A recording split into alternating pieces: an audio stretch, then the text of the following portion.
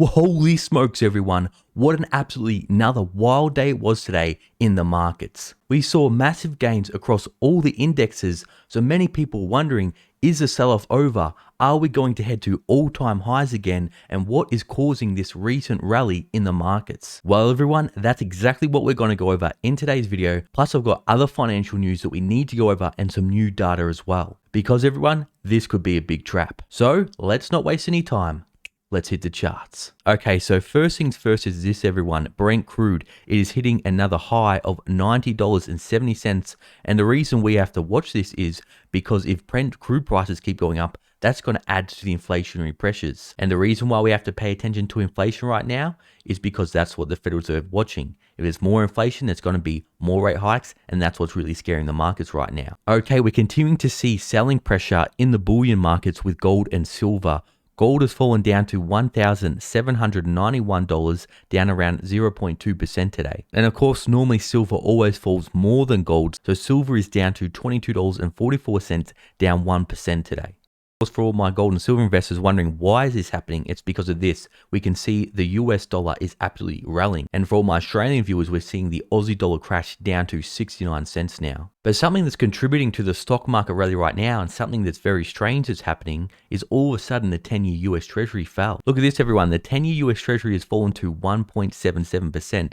So maybe what caused this was the Federal Reserve coming in and buying up the 10-year US Treasury, which low US Treasury yields is bullish for tech stocks. But okay, now let's see what happened across the major indices today and what's behind this recent massive move. Okay, so as we can see, the Dow Jones was up over 500 points today, up 1.65%. The S&P had an even bigger rally, up 2.4%, and the Nasdaq, which has been in massive oversold territory, is up 3.1%. So again, what you have to understand is, people, when we go into a downtrend in the stock market, there's going to be massive amounts of volatility.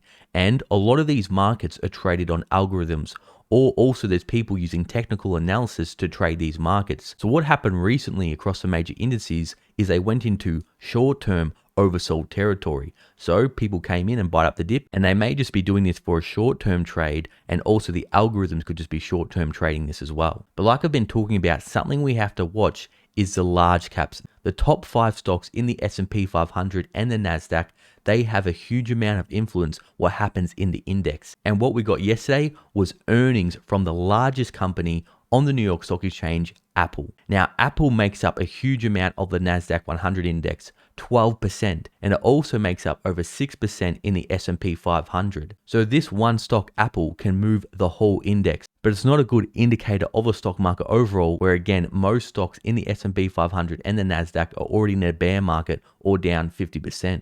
Have a look what happened, everyone. Apple's revenue popped 11% to 123 billion. Cook says supply chain issues were improving. Now, something you have to know about Apple is they're the biggest company in the world. So they're going to get first dibs on all these supply chain products. So of course the supply chains isn't going to affect them as much as it's going to affect smaller companies. So Apple beat analyst estimate for sales in every product except for iPads. And quickly, for those wanting to know, the earnings per share hit $2.10 versus the $1.89 estimate, up 25%. Of course, you can see here all the individual products and how well that did. But also listen to what Tim Cook is saying was going to happen for the future. He said this: Apple is seeing inflationary pressure. He said, I think everybody's seeing inflationary pressure. There's no two ways about it. But something I found very interesting is Apple didn't give any forward guidance to what their revenue is going to be in the future. And even if we get the supply side of things, the supply chain fixed, what I think is we're going to have a demand problem in 2022, which I'll get into later in the video with some new data that we got. But again, this is why the indexes are up today, everyone.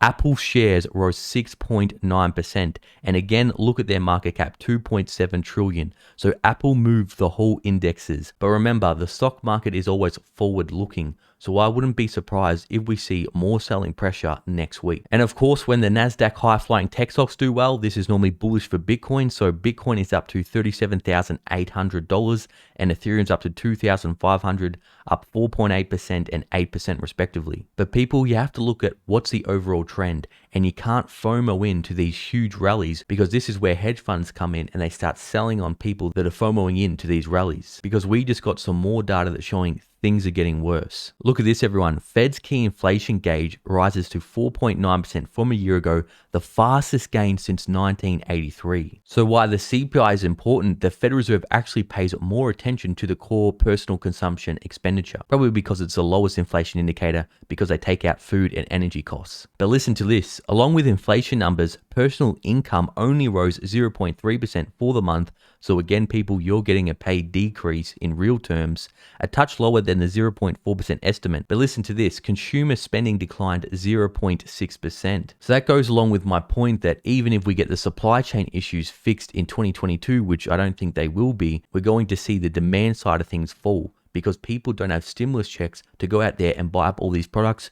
People's savings are down and people's credit cards are getting maxed out. And now let's have a look what the banks are saying. Fed could hike at every meeting this year, Bank of America says. I don't know about you, but I'm starting to see the banks come out more and more calling out the Fed, saying they're behind the curve and they have to lift interest rates much higher than expected, which is definitely true. But also remember, the banks like high interest rates because it's more profits for them. But listen to this, we now look for 7 25 basis point hikes this year and a peak funds rate of 2.75% to 3%. This should affect the economy with a lag weighing on 2023 growth. Can you imagine what would happen if interest rates go up to just 3%, people? The markets haven't even come close to pricing this in, and what this is going to mean for the housing market if interest rates do go up to 3%.